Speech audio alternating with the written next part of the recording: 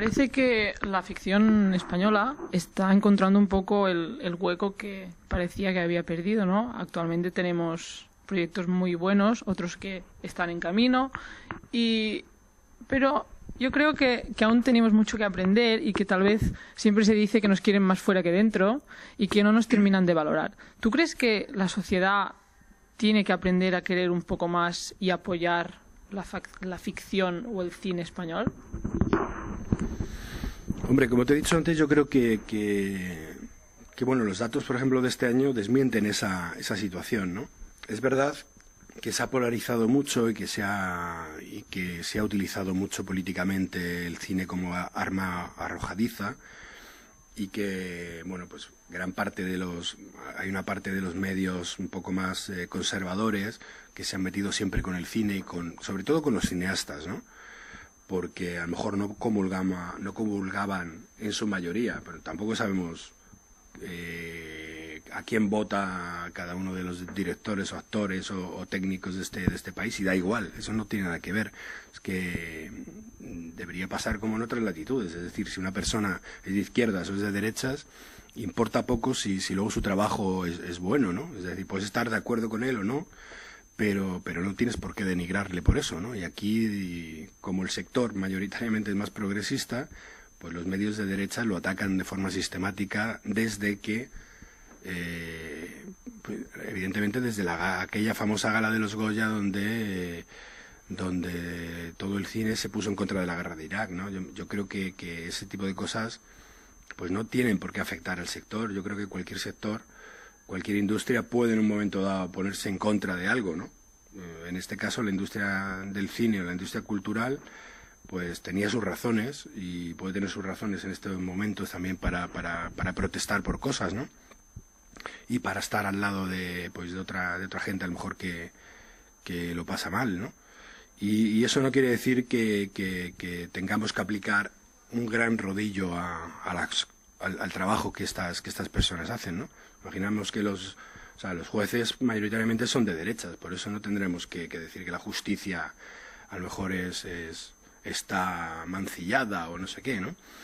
Bueno, parece que la gente que trabaja en el audiovisual es mucho más progresista, pero eso no quiere decir que tengamos que achacarles todos los males del cine y de las historias que se cuentan. Yo creo que sí que ha habido ese machaque desde sectores más conservadores, que a lo mejor en algunos momentos no hemos sabido vender bien nuestros productos, ¿no? Es verdad que también competimos con la industria americana, que es mucho más potente, pero también hemos demostrado, por ejemplo, pues con las películas de este año, pues que hemos conseguido ahí estar en un hueco, a lo mejor haciendo películas más parecidas a las que hacen ellos, ¿no? Pero bien, está claro que también las sabemos hacer. Ahora tampoco hay que perder ese norte, yo creo, ¿no? También tenemos que hacer pues películas que sean reconocibles, que sean de aquí, que formen parte de nuestra cultura, ¿no? No quiere decir tampoco que... Pero está claro que, bueno, pues empezamos a dominar el campo de la animación, eso está bien, y eso puede ser un mercado potencialmente muy rico para nuestro cine. Seguramente, pues como ha hecho esta película de Tadeo Jones, ha tenido mucho éxito y eso acerca mucho al espectador español, ¿no? Nacional, no sé. Pero bueno, yo creo que todo está lleno de tópicos y de lugares comunes, no sé. Yo creo que en general el cine español sí que interesa, aparte de este público. Luego hay muchos sectores. Hay una parte del sector a lo mejor más joven, pues que a veces solo se le ha captado en cosas muy puntuales, ¿no? A lo mejor hay que potenciar y hay que hacer más cine para ese sector, ¿no? Pero yo creo que también hay un grupo importante de gente de gente que va al cine y que quiere ver películas en su idioma, películas cercanas culturalmente, ¿no? Y ese público es bastante fiel. Ese público es un público fiel que va a ver cine español, y ese público también hay que cuidarle, ¿no? Es decir, que sin perder sin perder de alguna forma esta armonía, decir, bueno, vamos a enganchar también a nuevos públicos o a ese potencial espectador más joven que mañana seguirá viendo en su madurez cine español. Tampoco hay que perder el sector que nos sigue, que es un sector, yo creo, muy fijo. Generalmente, pues a veces a lo mejor la gente que va a ver más cine en España, pues cine español en España son, pues a lo mejor gente con estudios, gente de grandes capitales, de ciudades, ¿no? Pues eso hay que ampliar ese target de alguna manera, ¿no? Y lo digo porque, bueno, porque se ve a veces en estadísticas. Fíjate que un dato curioso es que a lo mejor que en Cataluña es una de las comunidades autónomas que más cine español ven, ¿no? O sea, es un dato que a veces choca, ¿no? Pues bueno, pues esto que está lleno de tópicos, en el fondo hay que irlos rompiendo y hacer que nuestro cine llegue a más gente, ¿no? No en detrimento de otras cinematografías que seguramente hacen cine tan bueno, tan malo y tan regular como el nuestro, ¿no?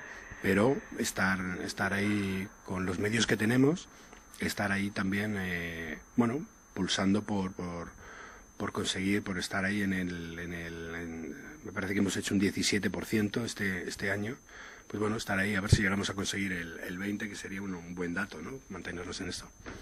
Hablábamos de estas producciones más grandes que este año han tenido mucho éxito, como podría ser la película Lo Imposible de J. Bayona o el reciente estreno de Invasor, Fin, El Cuerpo.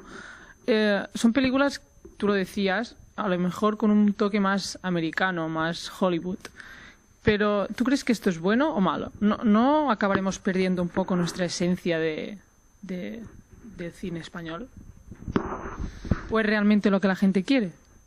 Estas películas más americanas, más Hollywood. Bueno, yo no creo que sea solamente lo que a lo mejor el público demande, que puede que esté por ahí. Hay una gran parte del público que yo creo que sí que demanda a lo mejor este tipo de narrativas, ¿no? Como digo, a lo mejor puede ser el público más joven, que es un grueso importante, sin duda. Pero yo creo que tiene que ver también con muchos factores. Yo creo que también tiene que ver con la renovación de los directores. Es decir, que cuando llega un director, a lo mejor de otra generación, más joven, que está acostumbrado o que su interés está muy cercano a la narrativa americana o narrativa comercial americana, pues yo creo que es lógico que vaya por esos derroteros, ¿no? O sea, yo creo que tiene que ver mucho con la renovación generacional, ¿no? Por ejemplo, pues nunca se había hecho una animación, o se habían hecho animación, pero nunca se había llegado a hacer una animación que tuviera mucho éxito, ¿no? Bueno, pues poco a poco se está consolidando, ¿no? No teníamos esa tradición, o teníamos una tradición muy pequeñita, ¿no? Yo creo que tiene que ver pues con que llegan nuevos directores y tienen nuevas ideas, y tienen nuevos planteamientos y también tienen otro bagaje y otra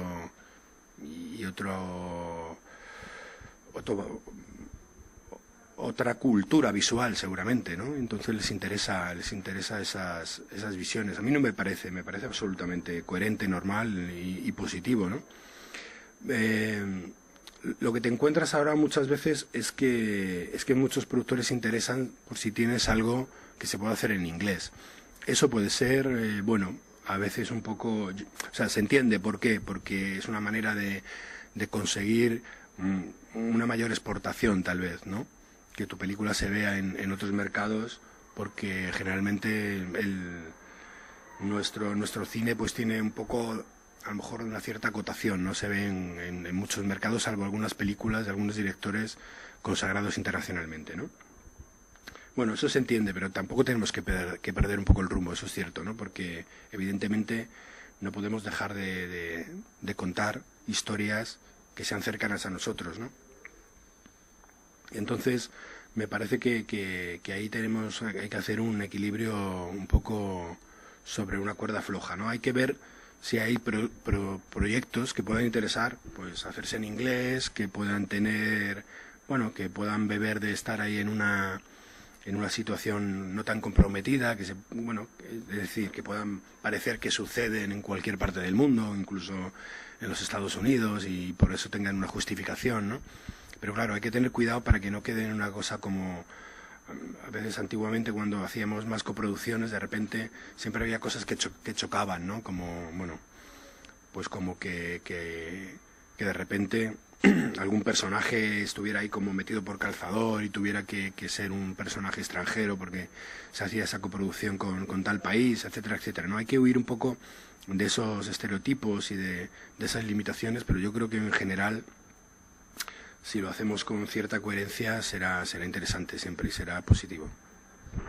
Como decías, la industria está en un momento un poco de stand-by, ¿no? Algunos proyectos guardados en cajones, otros que no se sabe qué va a pasar con ellos, otros que definitivamente se han terminado.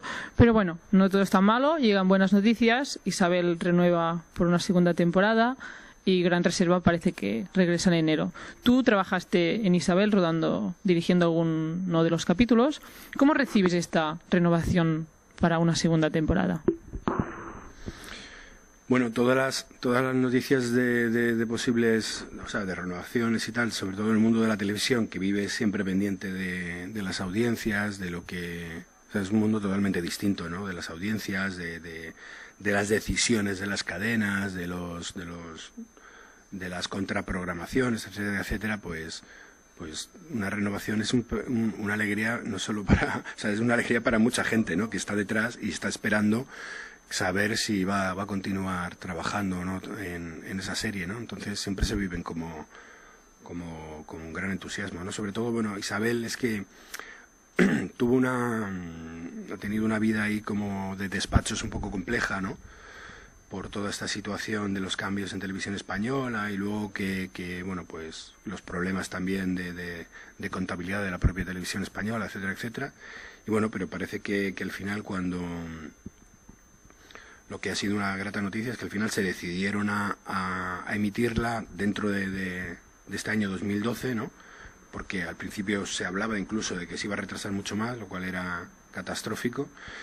Y bueno, lo bueno es que ha encontrado su público y la serie funcionó, ¿no? Entonces eso ha permitido que se siga adelante.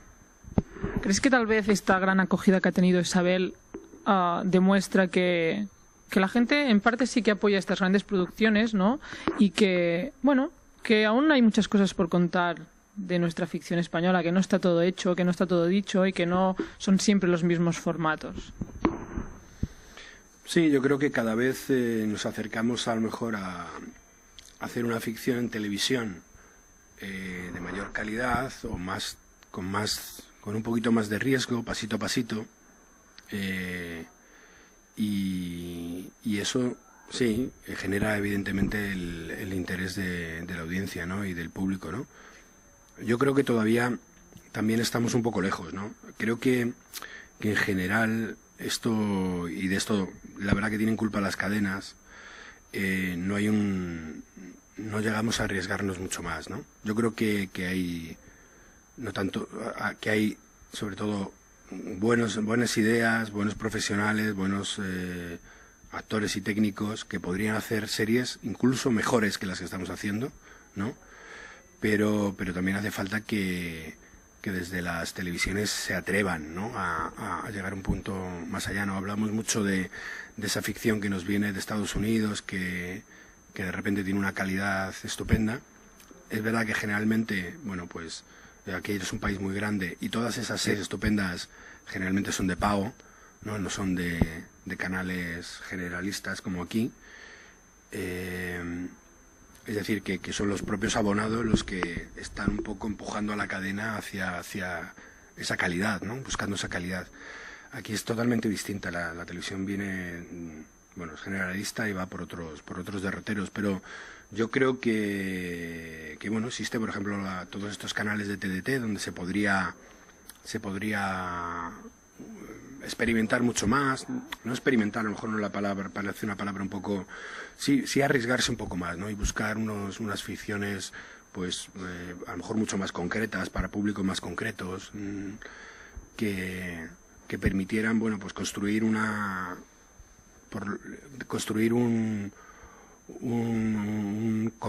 una compleja y sobre todo más variedad, una compleja variedad de series más distintas, ¿no? Puede que todavía pues nos vayamos un poco a pasos de tortuga, ¿no? Es verdad que hemos hecho, bueno, pues estas series históricas que cada vez han ido un poco mejorando en la calidad. Yo creo que Isabel sí que tenía un componente de calidad bueno, ¿no?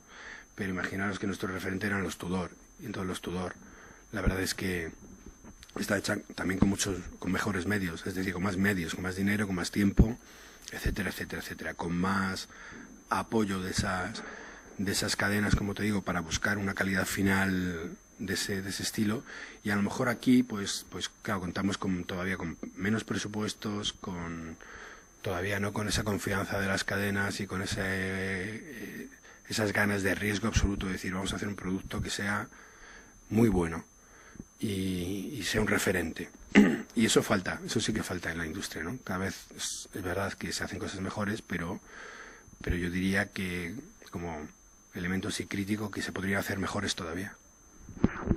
A causa de la situación que estamos viviendo, parece ser que la gente está como resucitando viejas, digamos, formas de contar historias, ¿no? Parece ser que el cortometraje vuelve a coger fuerza. Además, se han creado los microteatros. ¿Y qué opinas de todo esto? ¿Te parece bien? ¿Crees que es una buena salida para demostrar que esto no está parado y que, aunque estemos en este momento de stand-by, hay mucha gente dispuesta a seguir contando historias y creando ficción? Sí, yo creo que eso ya empezaba. Yo creo que el cortometraje, por ejemplo, no es algo que haya muerto nunca, ¿no? Yo creo que ha habido un momento en el que ha habido una gran explosión del cortometraje, sobre todo el cortometraje a través también de Internet, ¿no? De estos concursos vía Internet. Cada vez ha habido más. Yo evidentemente empecé con el cortometraje y nunca había visto, por ejemplo, tantos certámenes y festivales como hay en este momento, ¿no? En la época en la que yo hacía no había tantos, evidentemente había pues un 10% de lo que hay ahora. O sea que esa eclosión ya existía también un poco como antes de este momento de crisis, ¿no? Pero yo creo que también estas situaciones sí que dan para que la gente nos inventemos distintas maneras de no estar parados, ¿no? Y en ese sentido, pues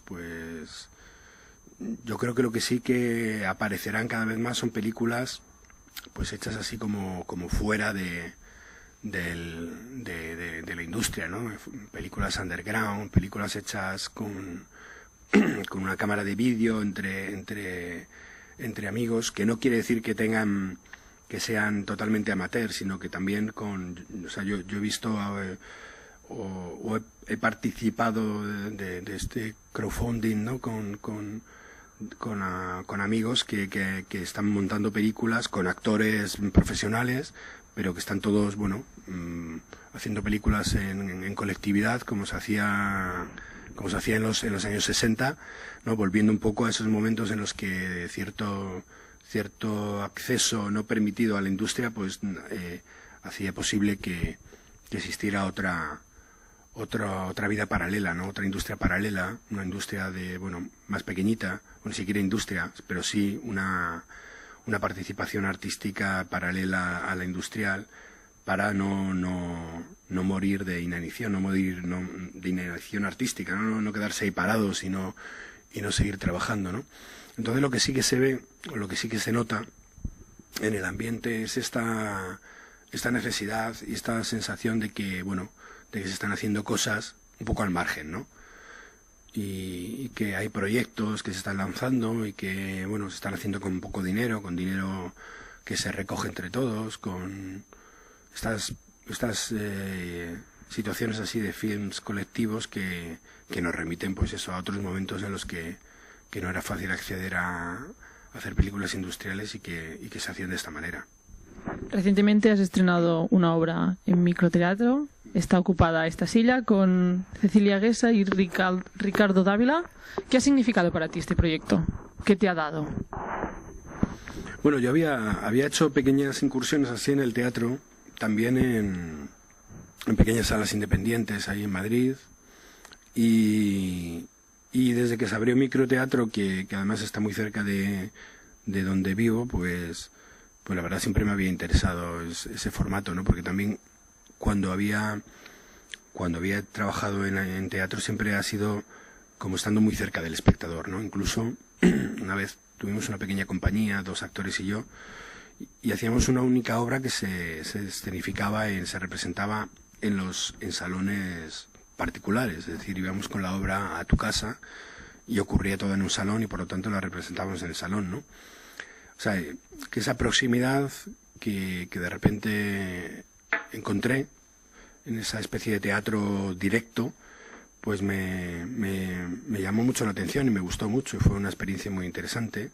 Y Microteatro pues permite también esto, ¿no? O sea, permite, no, es que está basado en esto, en que el espectador esté a 2 palmos del actor y eso es una manera pues diferente, totalmente distinta de llegar a esa obra, ¿no? Bueno, y entonces pues tenía por ahí algunos textos y como Microteatro también lo hace temáticamente, pues encontré un hueco en un momento dado que por temática tenía unos textos que funcionaban y los ajusté para ese momento, que tienen que ser obras, o sea, son cosas muy concretas, ¿no? En el sentido de que hay una temática, hay una duración de 15 minutos máximo, pues hay máximo también como 15 espectadores por sesión, etcétera, etcétera. O sea, hay unas limitaciones también espaciales, etcétera, etcétera. Y bueno, pues conseguí que esta función les gustó, o sea, se la presenté, les gustó, les funcionaba para ese mes y hemos estado en diciembre ahí con esta obra, que sobre todo a mí lo que me apetecía era hacer algo como muy, bueno, divertido, que divirtiese mucho al público, ¿no? Que no fuera una obra muy que no fuera algo muy dramático ni tragicómico, etcétera, etcétera, como a lo mejor los otros trabajos en los que he hecho en cine, pero que fuera una cosa un aperitivo ahí para pasar un buen rato. El rato es entre 10 y 15 minutos y que sirviese un poco para desconectar, para reírse. Yo creo que eso más o menos parece ser que lo hemos conseguido. O sea, que la gente lo ha pasado bien, luego han salido y han dicho que les ha gustado. Me parece que ha sido un poco... para nosotros ha sido bastante gratificante. Antes hablábamos de críticas y estáis en una profesión donde las críticas siempre van en paralelo con vuestros trabajos, pero ¿eres tú tu mayor crítico? Sí, yo y mi mujer es la mayor crítica, sí.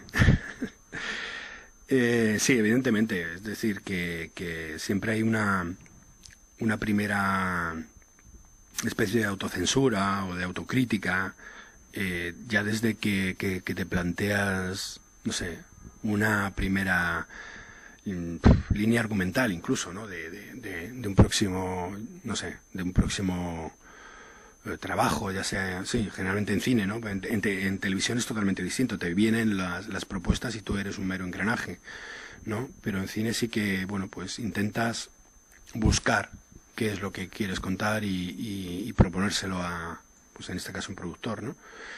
Y sí, eres el primer crítico cuando, bueno, de repente te entusiasmas con una idea. A veces tienes que esperar y comentársela a otros, ¿no? A la gente que tienes más cerca. Y por eso digo que mi chica suele ser también la primera que recibe esa información y viendo el input que transmite, veo si es más factible o no, porque confío en su criterio y sí que necesitas un poco siempre esa vuelta, ¿no? Para ver un poco, pues, si realmente va por ahí, tienes razón, o estás un poco contaminado y estás totalmente equivocado, ¿no? Y sí que suelo ser el primer autocrítico. Luego, es muy, para mí, por ejemplo, pero creo que le ocurrirá a todos los directores, ¿no? Nos resulta muy duro volver a ver nuestras pelis, o sea, me cuesta bastante, ¿no? Siempre intento evitarlas mucho tiempo. A veces, bueno, si tengo la ocasión de que ha pasado el tiempo suficiente, puedo permitirme ver un trozo y decir, bueno, tal, pues mira, esto todavía me gusta, ¿no? pero en general tienes una sensación un poco de amor-odio, ¿no? Con las cosas que haces, ¿no? Hay un momento en el que estás apasionado, en el que tienes un motor que te tira y que hay una especie de enamoramiento, y luego hay una especie de, cuando acaba, sobre todo cuando el proceso está acabando, cuando ya está acabado y ya lo has lanzado un poco a que el público lo valore, ahí hay una situación como casi ya de vacío y de desprendimiento, ¿no? Como que te da un poco de pudor volver a verlo, incluso te da un poco de, a veces eres muy autocrítico. Sí, soy muy autocrítico con eso, ¿no? Digo, esto no me gusta tanto, ¿no? Ya no me gusta, o quiero hacer una cosa totalmente diferente porque de repente ya no me siento representado por eso. Si te parece, vamos a hacer un pequeño ejercicio de autocrítica. ¿Cuál es tu mejor defecto? Mi mejor defecto, pues a lo mejor la impaciencia. La impaciencia es mi mejor defecto. Es decir, es un defecto que me hace sufrir, pero también yo creo que a veces me ha hecho que, bueno, pues que no me pueda estar parado y que tenga que estar siempre activo y siempre buscando otra cosa y que me haya mantenido con una energía. ¿Y tu peor virtud? Mi peor virtud. No sé si... Mi peor virtud...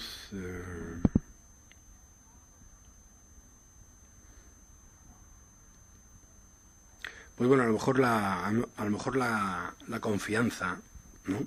No sé. A veces me ha traído algún problema. Pero bueno, supongo que como a cualquier persona, ¿no? A todos nos pasa. ¿Hay algo a lo que nunca renunciarías por tu trabajo?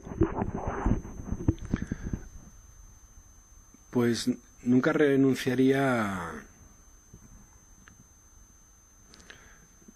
Yo creo que nunca renunciaría por mi trabajo a mi familia y a la gente que más quiero. Buena respuesta.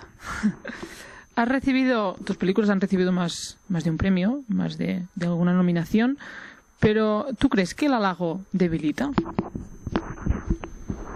El halago debilita. Sí, yo creo que un exceso de halago puede dejarte un poco en shock y puede hacerte perder un poco los papeles. No lo hablo como...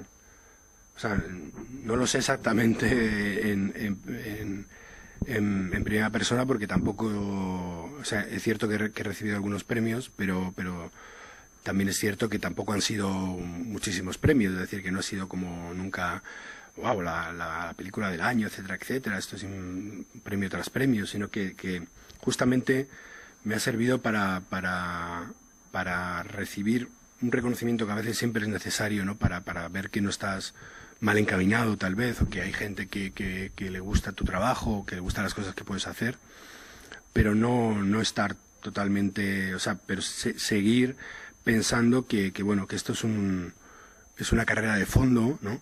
Y que realmente empiezas casi siempre de uno, ¿no? No de cero, pero siempre tienes que volver a empezar. Yo creo que aunque ganes todos los Goya de ese año, todos los premios, seas portada de las revistas, etcétera, etcétera, de las revistas de cine o de las revistas especializadas, que todo el mundo te diga que tu película ha sido maravillosa, que haya tenido éxito de crítica y de público, etcétera, etcétera, en el fondo vuelves a empezar, vuelves a la casilla de salida, ¿no? Porque tienes que en el siguiente proyecto volver a ilusionar, volver a encontrar la financiación, volver a crear otro equipo, volver a que tu proyecto lo examinen otra vez y volver a tener el apoyo del público. Es decir, que bueno, en el fondo, y puede ser totalmente... El resultado puede ser totalmente al contrario, ¿no? No pasa nada. No creo que a uno le gustaría, supongo que a todos los directores y a todos los actores, a toda la gente que trabajamos en cualquier proyecto, nos gustaría que siempre funcionase y fuera estupendo, pero yo creo que es bueno y que es muy humano que uno no haga siempre películas maravillosas, ¿no? Ni como director, ni como guionista, ni como actor, ¿no? Que tenga, bueno, pues un equilibrio, ¿no? Que a veces hay una película que pueda ser estupenda y a lo mejor la siguiente pues no es tan estupenda y no pasa nada, ¿no? No quiere decir que ese director o que ese guionista o que ese actor sean malísimos ya por eso, ¿no? Simplemente que es natural y es humano, ¿no? A veces haces cosas muy buenas, haces cosas regulares, a veces haces cosas que no son tan buenas, pero no pasa nada, es una carrera de fondo, como digo. Has trabajado en cine, pero también en la televisión. Para ti, ¿cuál es la mayor diferencia de dirigir cine o dirigir un proyecto de ficción televisiva? Pues la mayor diferencia es la implicación personal. No quiere decir que no tengas una implicación personal en la televisión, pero evidentemente es diferente, ¿no? Porque el enamoramiento viene por otro lado, ¿no? El enamoramiento viene de que alguien te presenta el proyecto y te dice cómo es, y poco a poco vas entrando en ese mundo y te vas enamorando, ¿no? Pero en el cine el enamoramiento viene desde lo generas tú, ¿no? Vas buscando, lo vas germinando, lo vas regando, vas caminando con ello, ¿no? Entonces es totalmente distinto, ¿no? Porque en el cine eres tú el que propones cosas, el que vas con cosas a la gente que te pueda financiar o que le pueda interesar, y en la televisión eres más o todavía tampoco tengo tanta experiencia en televisión, ¿no? He hecho siempre, he tenido la suerte de estar en series muy buenas, pero digamos que no he sido nunca director de una serie. Es decir, el director de la serie es el que propone cuáles son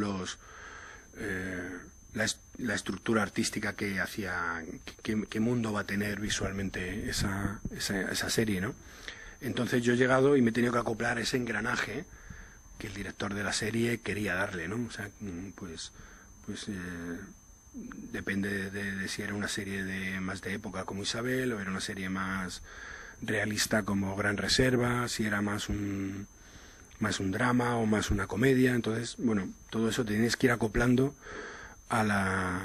y meterte en la cabeza de otra persona, ¿no? Eso es más complejo, más complicado, ¿no?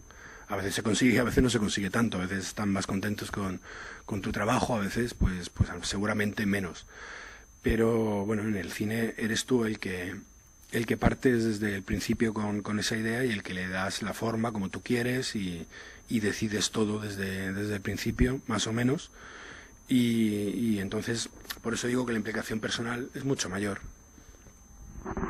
Muchas veces compañeros tuyos dicen que a la hora de montar las películas hay escenas que hay que eliminar por metraje, por duración, ¿no?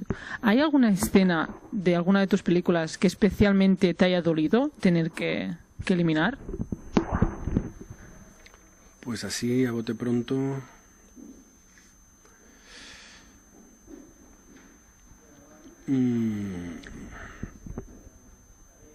Segura, por ejemplo, en 5 metros cuadrados no ocurrió esto porque la verdad es que ha sido una película como muy fiel al guión y con un metraje como muy exacto casi. Es decir, que no... Yo creo que hemos montado casi todo lo que hemos rodado. Y tal vez en Casual Day sí que había... Por ejemplo, al inicio hay una especie de prólogo entre las dos chicas que rodamos un poco más, ¿no? Que la idea era como, bueno, que fuera un poquito más extensa y que luego en montaje nos dimos cuenta que tal vez era un poco arriesgado, ¿no?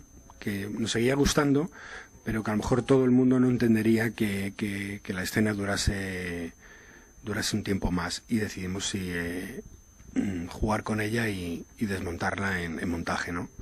Y bueno, pues ahí sí que a lo mejor esa idea primitiva de decir, no, yo creo que esto puede aguantar ahí y es un poco como algo que marca la naturaleza ya de la película y situarte en ese punto, yo creo que eso sí que, bueno, ahí se hizo, y en el fondo creo que a posteriori también fue un acierto. Pero sobre todo tengo una película anterior, Mundo Fantástico, que es una película que así totalmente underground, etcétera, etcétera, que lo que sí que es gracioso es que tenía una estructura totalmente diferente a como está ahora, ¿no?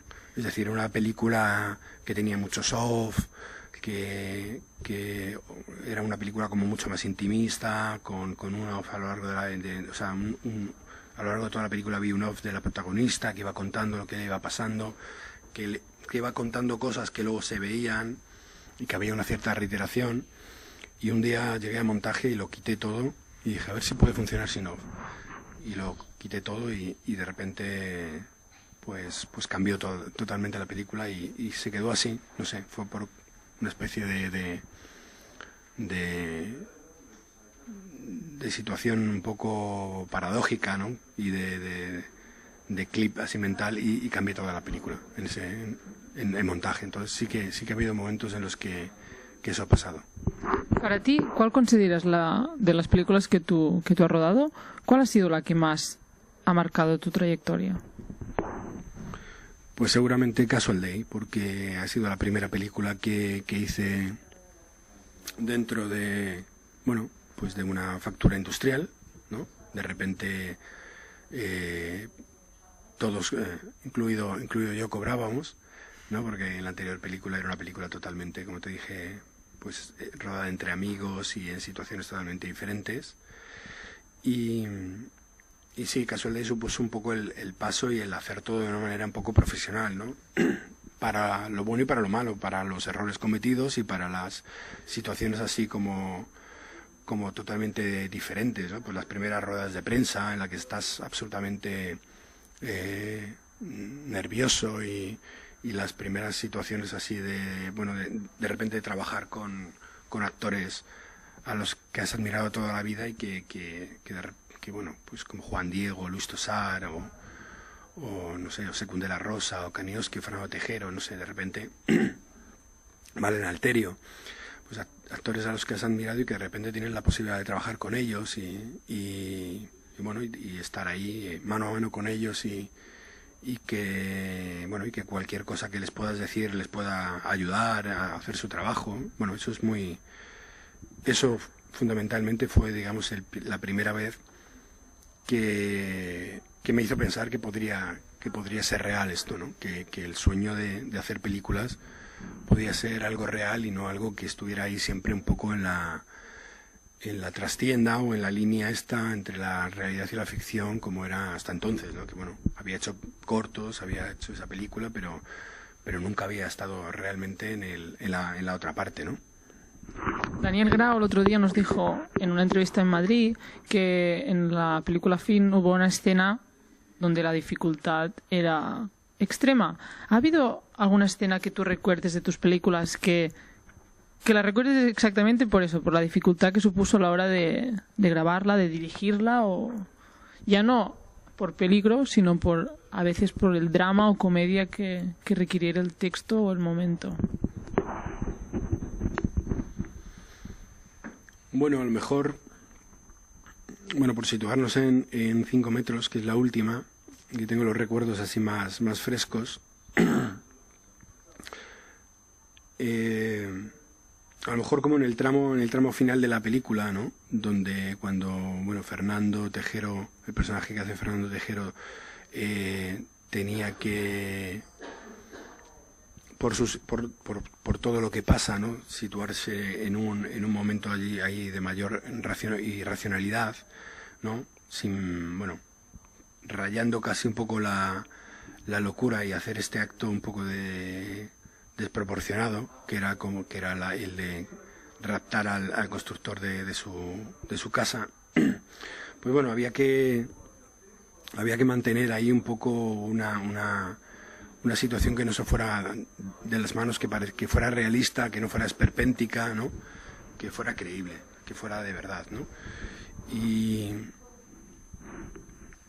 hay un momento también que se da como casi al final en la terraza, antes de que llegue la policía y se desbarate un poco esta situación, que había un pulso un poco entre los dos, entre Emilio y Fernando, y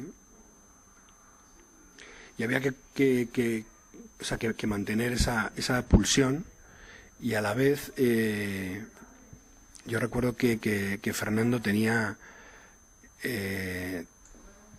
la había estado conteniendo durante toda la película, había estado intentando contener toda la parte más emotiva de él, ¿no? Para que eso no solo apareciera como hacia el final. Y porque bueno, Fernando es un actor y a veces una persona muy emotiva, y entonces yo recuerdo que durante los ensayos previos pues había muchas escenas que bueno, como os ha contado aquí, para esta película es muy importante, este personaje es muy importante, y él, bueno, pues sentía una emoción especial y muchas escenas acabamos llorando y tal, etcétera, etcétera. Y entonces, claro, yo tenía que controlar esa emotividad, pues para que no surgiese ahí al principio, y que, bueno, y me daba también pudor de que aquello pareciera como una manipulación, entonces había que llevarlo como hacia el final de la película, ¿no? Y recuerdo pues que esa escena entre los dos tal vez fue un poco la más complicada, ¿no? de resolver, porque es verdad que Fernando me confesaba que a veces tenía ganas de que pasara, de que fuera algo más físico, ¿no? de hacerle daño casi al personaje que interpretaba Emilio, ¿no? Y claro, tampoco hacía falta llegar a esos extremos para no perder la esencia y para que no se desatara la violencia, porque eso tampoco eran las formas del personaje, ¿no? Entonces, bueno, había que hacer que eso no fuera más sutil, ¿no? Y que no pareciera aquí que de repente se perdieran las tornas del personaje, ¿no? Y recuerdo que sí que eso nos costó un poco más, ¿no? Porque Fernando estaba ahí como mucho más alterado, Emilio también estaba. Emilio es un gran actor, le teníamos ahí en unas condiciones, ahí en una solana, en una terraza, con unos arneses también a veces, etcétera, etcétera.